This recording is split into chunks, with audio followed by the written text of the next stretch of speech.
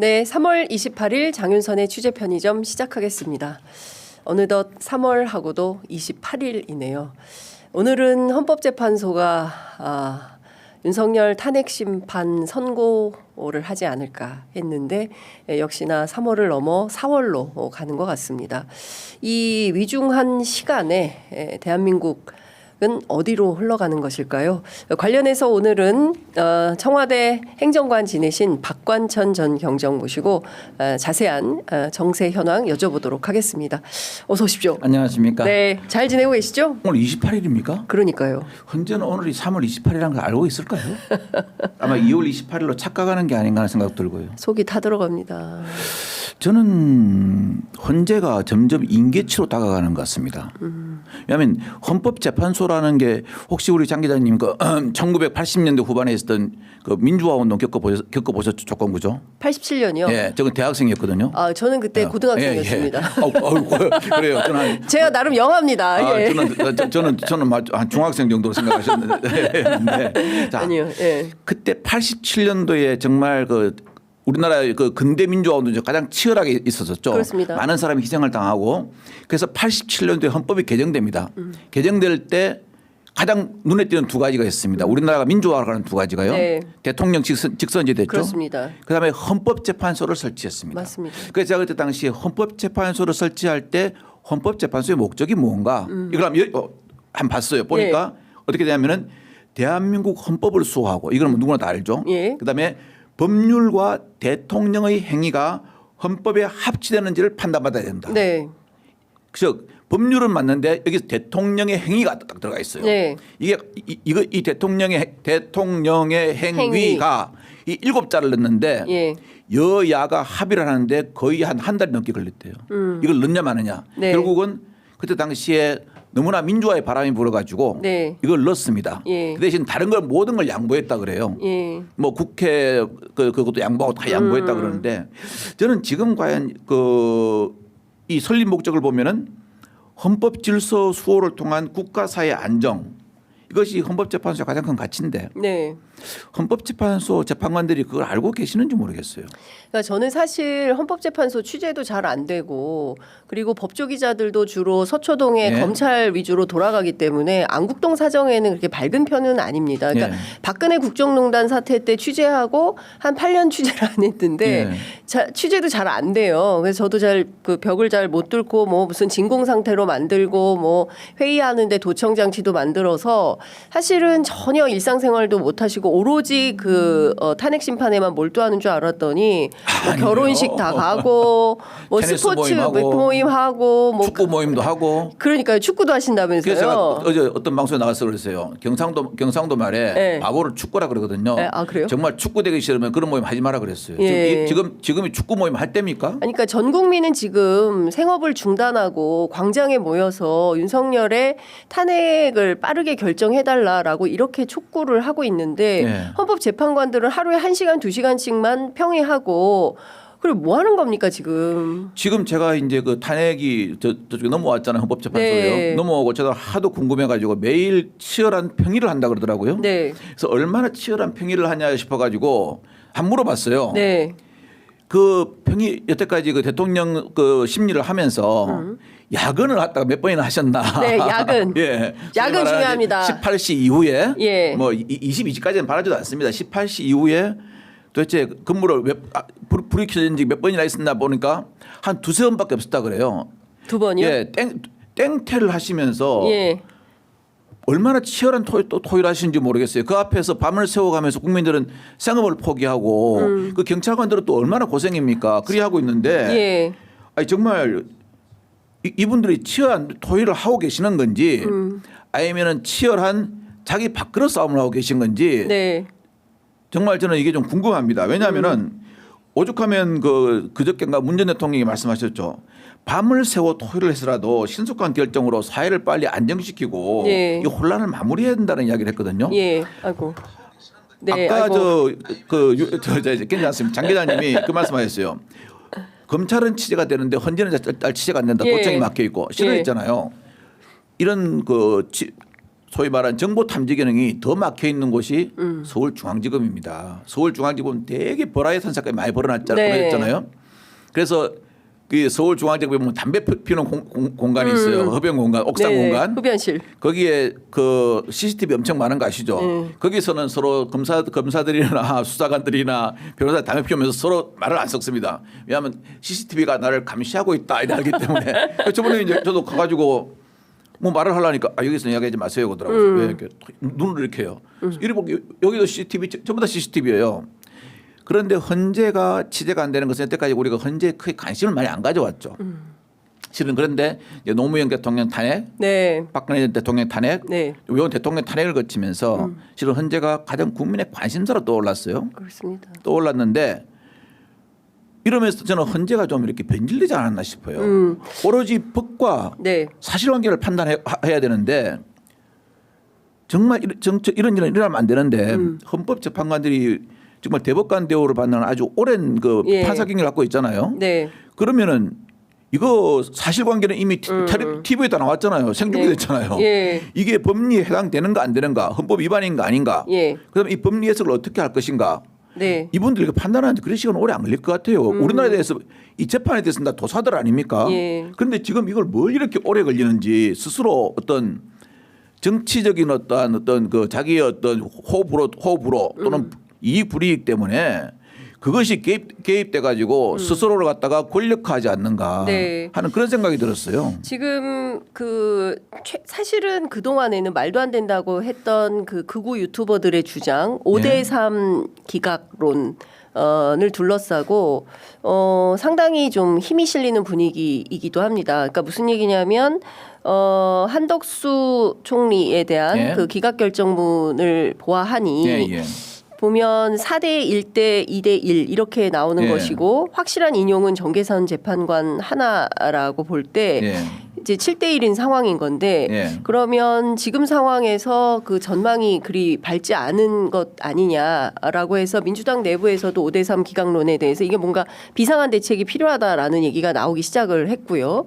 그리고 어제 SBS 보도에서도 5대 3 되더라. 뭐 이런 얘기가 분석 기사로 보도가 좀 되고 있습니다. 우리 박건창 경정님은 평생 정보만 하신 분인데 어떻게 보십니까? 아주 믿을 만한 소식통에 의하면 헌법은 대통령 탄핵에 대해서는 5대 3이라는 결론을 안 낸답니다. 차라리 4대 4를 내거나 6대 1을 내지. 왜냐하면 그 한 명 없는 그 8인치에서 5대 3의 결정을 내지 않습니까? 그럼 이 한 명의 변수가 나중에 어떠한 그 헌법재판소의 판결에 대해서 시비를 걸 소지가 되거든요. 이 사람이 있었으면 어떻게 되고 없었으면 어떻게 된다. 이 사람이 가결했으면 어떻게 되고 가결 안 했으면 어떻게 된다. 큰 문제가 되거든요.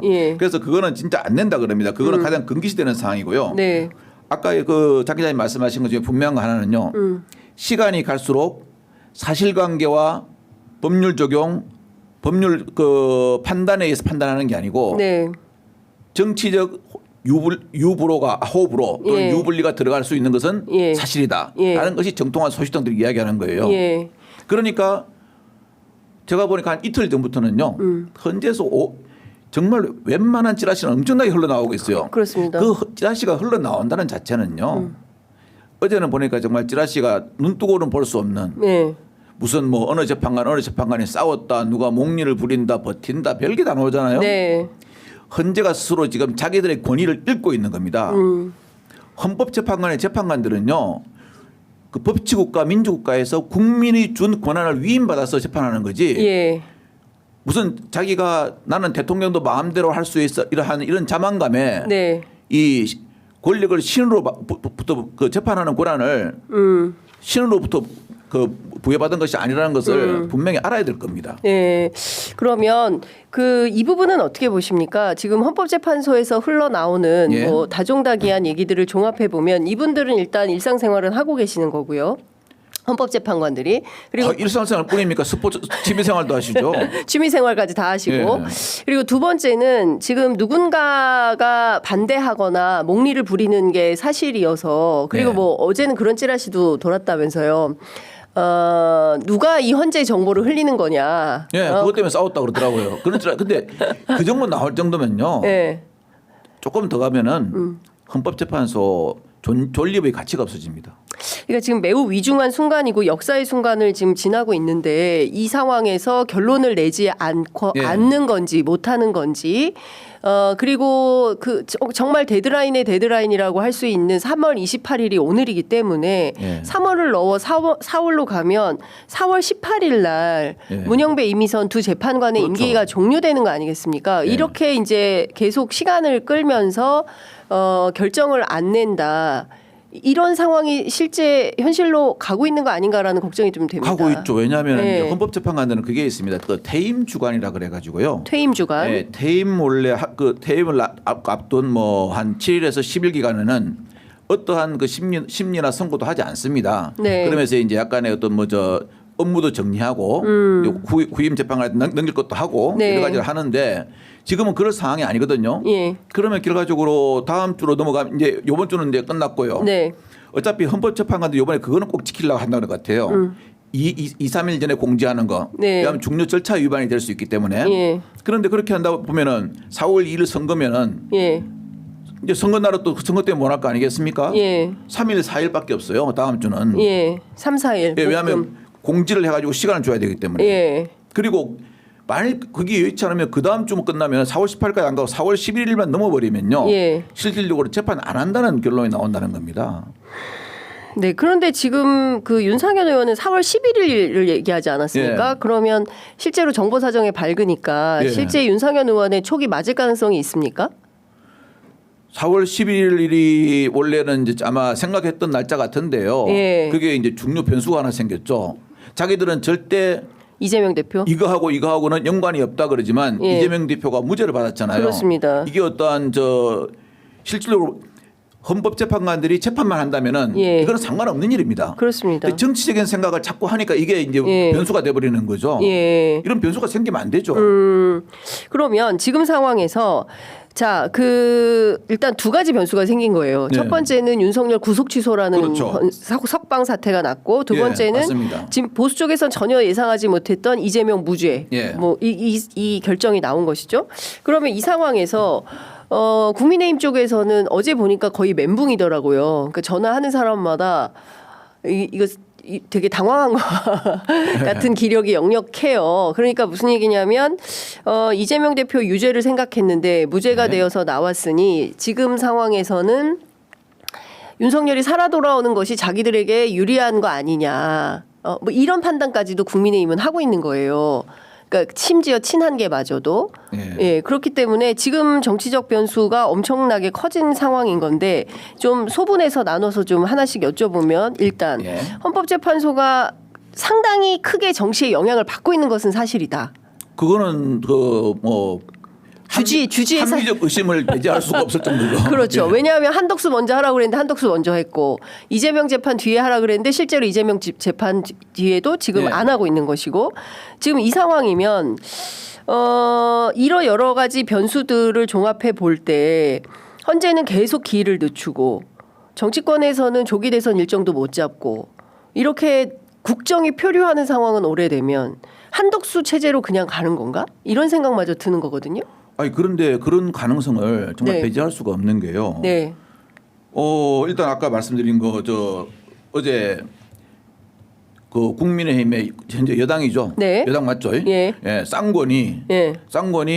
그 서울 고법을 향해서 엄청나게 쌍권총을 난사했죠. 그런데 이게 여당이면요.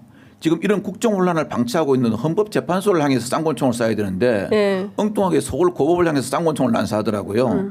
그러니까 지금 본인이 여당이고 야당이고 이것도 헷갈리고 있는 것 같아요. 헷갈리는 상태에서 무조건 정치적인 이득만 생각하는 것 같은데 네. 뭐 내부적인 분위기로는 그런 말은 있어요.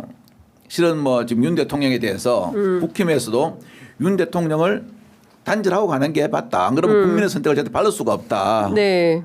라는 말을 하는 것이 대세는 맞는 것 같아요. 맞는 것 같은데 이제 그중 일부 의원들은 원래 그러잖아요. 초가상만 쓰러질 때도요.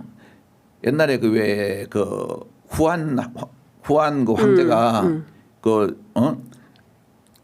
아주 그 귀족들에서 동마을 가잖아요. 그때 십상시들이 뭘 갖고 갔습니까? 후한 황제 밥그릇까지다 숨겨가지고 금은 밥그릇까지다 숨겨가지고 다 챙겨갔대요. 무너져가는 초가집에서도 있지 않습니까? 식기는 먼저 챙기는 사람이 꼭 있습니다. 그게 뭐냐면은 당은 어떻게 되더라도 그 안에 있는 어떠한 그 콘크리트 지지층은 내가 갖고 가야지. 그런 싸움은 항상 일어나거든요.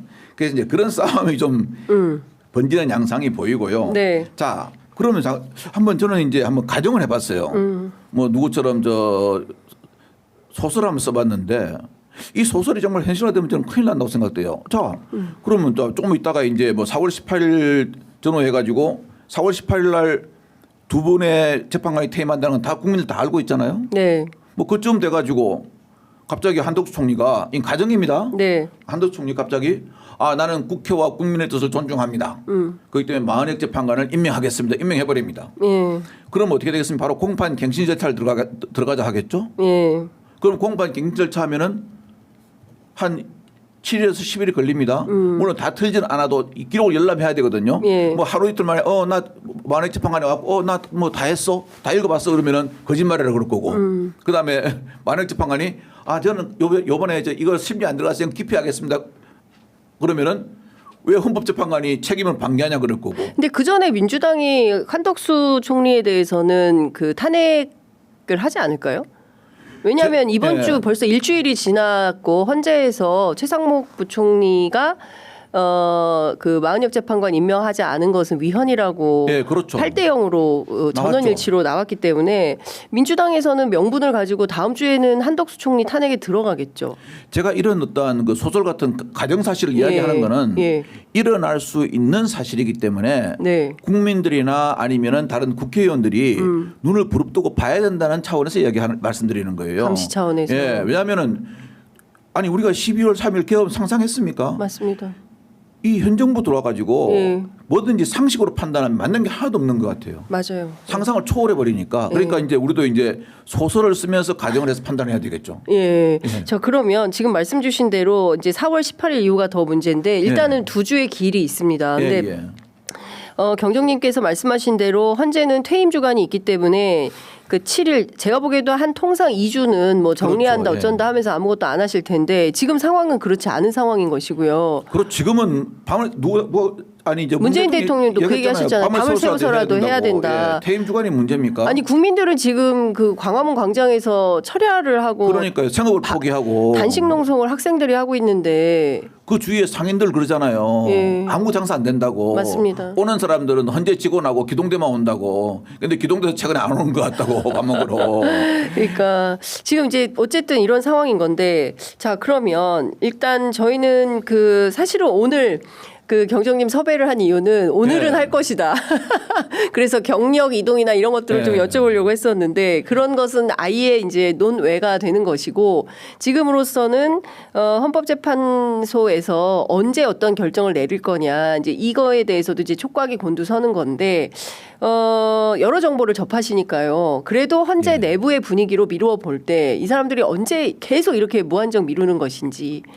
저는 아니면 언제는 할 것인지 이 국민들의 어떤 이 불붙는 민심, 그다음에 헌법재판소에 대한 존재가치 하락, 이 헌법재판관들이 지금 뭐 테러를 한다고 사람들이 이야기를 하고 하지 않습니까? 이거 스스로 자초한 거예요. 어떤 그 법원이든 미국 연방대법원 보세요. 미국 연방대법원이 대통령의 뭐 성폭행들도 수사하고 비수사에도 거기 들어와가지고 대법원 그 대법관들 테러한다고 하는 그 사람들이 있습니까? 그리고 다 민주국가인데도요. 그건 뭐냐면 스스로가 원칙을 지키기 때문에 권위가 살아 있는 거거든요. 근데 스스로 원칙을 버려버리니까 권위가 없어져 버리는 거예요. 저는 마지막 남은 권위라도 지키려면요. 마지노 다음 주가 물론 보궐선거 기간이긴 하지만 그 날짜 빼고 다음 주 정도는 결론을 내야 된다고 봅니다. 그리고 마지노선은 18일이 아니고요. 저는 11일이라고 봅니다. 18일 날은 당장 내일 모레 퇴임하는 사람이 내일 퇴임하는 사람이 안 그렇습니까? 그렇습니다. 퇴임하고 어디 가겠습니까? 또 전관으로 어디 가겠죠. 아니 그러니까 로펌에. 아니 그거는 뭐 우리가 그래서 또 변호사 할 거 아니겠습니까? 대형 로펌에 가겠죠. 예. 예. 변호사 할 건데 예. 그럼 그 사람이 헌법재판소를 바라보겠습니까? 대형 로펌을 바라보고 있겠습니까? 이런 오해를 받을 수가 있다니까요. 예. 그래서 저는 이미 어디 가기로 되어 있지 않을까요? 예. 그래서 원래 계시던 대로 돌아갈 수도 있고. 예. 마지막 명예를 지켜도요. 예. 이분들 나오시면 명예를 지키고 나오시면 더 좋은 데서 모셔갑니다. 그렇기 때문에 정말 나중을 위해서라도 생각하고 자기가 평생 걸어온 법관의 명예를 생각한다면요. 이 국민들 알만한 사람 다 알고 있습니다. 판결을 갖다가 못하는 게 아니고 안 하는 것이다. 라는 걸 알고 있거든요. 다 빼고 정말 아침에 나오셔가지고 명상의 시간을 한 10분이라도 가지면서 내가 과연 30년 이상 이 다른 사람의 잘잘못을 재판하면서 어떤 명예를 가지고 살아왔는가를 생각하시고 회의를 들어가셔가지고 좀 오늘이라도 허심탄회하게 말씀하셔가지고 이제 더 이상 재판관들 다 대법관 대우를 받거든요. 우리나라의 그 법을 판단하는 데 있어서 최고의 권위가들 아닙니까? 네. 스스로 권위와 명예를 갖다가 좀 지키는 방향으로 해주셨으면 하는 게 제 바람입니다. 그러니까요. 4월 4일까지는 그렇죠. 기다릴 수 있다. 그러나 4월 4일 이후가 되면 이거는 안 한다고 장 가도 기자님 4월 4일까지 기다린다 그러면 지금 댓글이 엄청나게 욕할 아니 밖에 나가서 그 고생을 하는 사람들은요. 지금 당장. 예, 지금 당장이 급합니다. 예. 우리 아니 참을 만큼 참았고 기다릴 만큼 기다렸지 않습니까? 그 사람들 입장도 이해해 주셔야 돼요. 그 국민들입니다. 탄핵을 찬성하든 반대를 하든 국민들이지 않습니까? 네. 지금 우리 국민들이 원하는 게 뭐겠습니까? 아니 탄핵을 인용하라 기각하라. 이거는 거기 나온 사람들은 이야기하지만 대부분의 국민들은 지켜보고 있지 않습니까? 근데 하루속히 빨리 결정을 내려가지고 안정을 취해달라. 이거 아니겠습니까? 지금 네. 우리가 말하는 것도 그렇고요. 그러니까 그거는 해줘야 될 거 아니겠습니까? 그렇습니다. 그러니까 제가 헌법연구관 출신들 법조인들 만나보면 그러니까 3월 28일을 넘어가면 나부터 짱돌을 들겠다. 이런 법률가들이 생겨나기 시작해요. 어제 보니까 민변이 변호사 행진도 네. 하던데 노동자들 총파업하고 농민들 트랙터 몰고 서울로 올라오고 이 바쁜 농번기에 이게 말이 되느냐. 헌법재판소 8명이 앉아가지고 국민들의 이런 아우성이 안 들리는 건지 진짜 너무 답답하다라는 생각이 좀 듭니다. 조금 있으면 어떤 말 나올 줄 아십니까? 네. 지금 헌법재판관들 뭐 이야기 폄하하는 이야기 나오잖아요. 조금 있으면 이제 월급은 왜 주냐? 경찰 경호는 왜 붙이냐? 네. 그럴 가치가 없다는 말까지 나올 수도 있습니다. 그러니까 그렇게 아주 바닥으로 하락하시기 전에 오래된 법관 경력을 가진 재판관들로서 네. 마지막 명예는 좀 지키고 했으면 좋겠습니다. 네. 참 답답합니다. 그래도 뭔가 좀 새로운 기운이 생길 거를 믿어야 되지 않을까라는 생각도 좀 저는 듭니다. 좀 믿고 싶고 있고 예. 그래도 그분들이 그래도 우리 예. 사법부에서는 예. 다 내노라 하시는 분들이지 않습니까? 맞습니다. 존경을 받는 분이고 한 번 정도는 다시 생각해 가지고 예. 국민들의 마음을 갖다가 잘 알고 판단하실 거라 생각합니다. 4월 18일이 마지노라니 오늘이 마지노선이다. 4월 18일 아닙니다. 그렇죠. 장윤선 완전 나이브하다. 큰일 난다니까. 예, 4월 18일이 마지막 마지노면 큰일 난다라는 그럼요. 생각이 좀 듭니다. 예, 아니 그러니까 다 같은 마음이신데 지금 상황에서 어떻게 됐든 결론을 빨리 내리게 하는 방법이 뭔지 오늘이라도 저는 선고기일 통보를 해야 된다고 생각합니다. 그렇죠. 예. 그 선거하고 무슨 상관입니까? 우리가 4월 18일을 마지노선이라고 한 그 예측이 틀려가지고 틀려야 됩니다. 방송의 신뢰가 떨어지더라도 오늘이라도 당장 내일이라도 선고를 하면 좋겠습니다. 그렇습니다. 예. 아니 그리고 주말이 어디가 있습니까? 나라가 지금 노란의 위기에 있는데 주말이 어디가 있어요? 주 5일 합니까? 저는 이해가 안 갑니다, 지금 진짜. 보세요. 예? 지금 큰 사자가 있잖아요. 한 마리 우리 옆에서 입을 쫙 벌리고 하품하고 있습니다. 저것들 싸움 끝나면 우리가 둘 다 잡아 먹여야지. 안 그렇습니까? 당장 방위비부터 해가지고 얼마나 많습니까? 그러니까요. 참 답답합니다. 아유, 뭐 말씀 나누다 보니까 5분밖에 안 남았는데. 그래요. 예, 다른 이야기 빨리 넘어가. 다른 얘기 빨리 넘어가야 될 것 같습니다. 지금 김성훈 경호처 예. 차장 예. 영장이 4번째 기각이 되지 않았습니까? 정말 검찰이 너무 의심이 되는데요. 이거 경호처 내부는 지금 사실상 굉장히 공포 분위기다. 윤건영 의원께서 그런 말씀도 전해주셨는데 실제 경호처 내부 경호처 근무도 하셨으니까요. 분위기가 어떤지 그리고 이 김성훈 그 조직 운영이 어떻게 돌아가고 있는지 좀 궁금합니다. 경호처 간단하게 말씀드릴게요. 예. 경호처는 지금 재건축을 해야 될 정도랍니다. 재건축. 예, 예. 개혁이 필요한데요. 예. 이제 시청자 여러분께서 아셔야 될 게 경호처는 있지 않습니까? 정말 그 명령이 신속하게 하달되고 움직임이 빠른 그 곳입니다. 네. 그만큼 일사불란하게 움직이는 조직이고 예. 충성도와 자긍심이 대단한 조직입니다. 예. 그런데 이 어떠한 조직 체계를 지키는 단 하나의 트리거가 뭐냐면은 예측할 수 있는 인사 시스템입니다. 그런데 이런 특기는 들어오면 어디까지 올라가고 이런 특기는 들어오면 어디까지 올라가고 이런 보직을 거치면 어디까지 된다는 걸 딱 예측할 수 있는 곳이거든요. 그러니까 네. 그 보직에 가서 최선을 다하는 겁니다. 그런데 지금 김성훈 솔직히 뭐 김여사 라인 이런 사람들이 들어오면서 네. 이 원칙이 다 깨져가지고 경호처가 무너져 버렸습니다. 아니 그 경호 단순한 예를 들어가지고 저도 뭐 경호실 창설 기념 행사를 많이 봤지만 네. 그런 어떠한 진짜 그 무슨 윤비어천과 같은 노래를 부르는 그런 경호실 창설 기념 행사는 처음 봤어요. 그거는 지금 사회에서 딱 그런 게 매일 일어나는 곳이 어딘지 아십니까? 북한. 평양입니다. 매일 하는 곳이 만수대 예술단입니다. 네. 직업 공무원들 자긍심을 가지고 있는 사람들을 갖다가 만수대 예술단의 광대로 만들어 버린 거예요. 네. 이거 하나만 해도 그렇고요. 그다음에 저는 이 윤석열 대통령도 그렇고 그다음에 지금 여당도 그렇고 네. 김건희 여사도 그렇고 김성원 처장도 이 네 명을 하나로 관통하는 단어가 있어요. 총들을 다 저들이 좋아하는 것 같아요. 총들을. 총. 총을 갖다가 막 사용하는 줄 아는 모양이에요. 뭐 기관총, 권총 차고 뭐 했냐. 총으로라도 막아야지. 그다음에 저 여당에서 두 분은 쌍권총을 쌍권총을 발사하고 계시고 인식부터 바꿔야 됩니다. 그래서 경호처는 철저하게 새로 다시 그 재건해야 되는데 네. 그럴 시간 오래 걸리지 않습니다. 그거는 하나의 원칙만 딱 세워주면 바로 재건이 되거든요. 그래서 네. 재건을 해야 된다고 봅니다. 지금 경호처 저 김성훈 차장에 대한 구속영장은 구속영장 기각요. 자, 네. 저는 그거 이때 가장 영향을 미친 건 뭐냐면은 윤석열 대통령의 구속 취소 석방이라고 생각합니다. 네. 현직 대통령이 지금 밖에 나와 있기 때문에 경호처장이 없는 상태에서 경호총 책임자를 웬만한 현행범이 아니고는요. 구속영장을 이제 발부해 주기가 참 그렇는데 그때 가장 많이 쓰는 게 뭐냐면은 그 범죄 다툼의 여지가 있다 이렇게 하거든요. 네. 사람을 죽인 살인범도 정당방위라고 주장하면 그건 범죄 다툼의 여지가 있는 겁니까? 그렇게 애매모호하게 이제 기각을 했는데 당연히 이제 검찰이 안 들어온 것도 충분히 오해를 받아요. 왜냐하면은 원래 경찰청이나 서울청 광수단이나 경찰청 특수과나 지수대에서 하는 사건은 그 수사관도 들어갑니다. 그런데 네. 중요 사건이기 때문에 검사가 들어옵니다. 그렇죠. 그래가 옆에서 같이 이야기를 합니다. 예. 근데 이거는 경찰청이나 여기 단위에서 한 것은 우리가 안 들어간다고 이야기한다고요?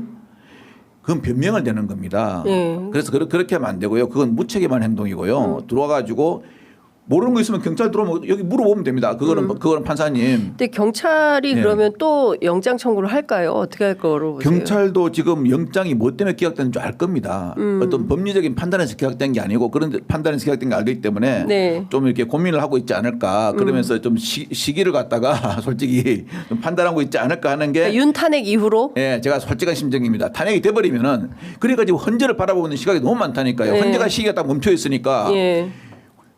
내란 사범 수사, 재판 모든 시기가 다 멈춰버린 거예요. 이걸 헌재가 중간에서 딱 막고 있는 거예요. 헌재가. 예, 이렇게 예. 하면 안 된다는 거예요. 제가 그러니까 헌재가 탄핵을 빨리 해야 검찰도 경찰도 다 수사가 뭐 움직여지. 탄핵을 하든 어쩌든 결론을 예. 빨리 내라 이 말이죠. 아니 탄핵으로 결론을 내야 된다. 근데요. 예. 저는 진짜 저도 이제 좀 이렇게 많이 그 판결문 보고 했는데요. 네. 웬만한 문장력이 아니고는요. 그걸 다 이게 해당 안 된다 해야 되거든요. 네. 아마 기각 판결문을 쓰려면요. 예. 우리 한강 작가님의 도움을 철저하게 받아야 될 것 같습니다. 그 정도 수준은 돼야 돼요. 그러니까 지금 어찌됐든 그 여러 가지가 막혀 있기 때문에 헌법재판소에서 빠른 결정을 내리지 않으면 안 되고 여러 가지가 맞물려 있어서 진짜 큰일이다라는 생각이 좀 듭니다. 여튼 30분이 다 돼가지고 오늘 말씀 여기까지 들어야 될 것 같고요. 아마 다음 주 금요일 저희가 다시 만나야 되지 않을까. 그때 예. 그때 꼭 뵙기를 좀 바랍니다. 그 전이라도, 그 전이라도, 월요일이라도 급하게 잡히면 또 모시도록 하겠습니다. 자, 오늘 말씀 여기까지 듣도록 하겠습니다. 고맙습니다. 감사합니다.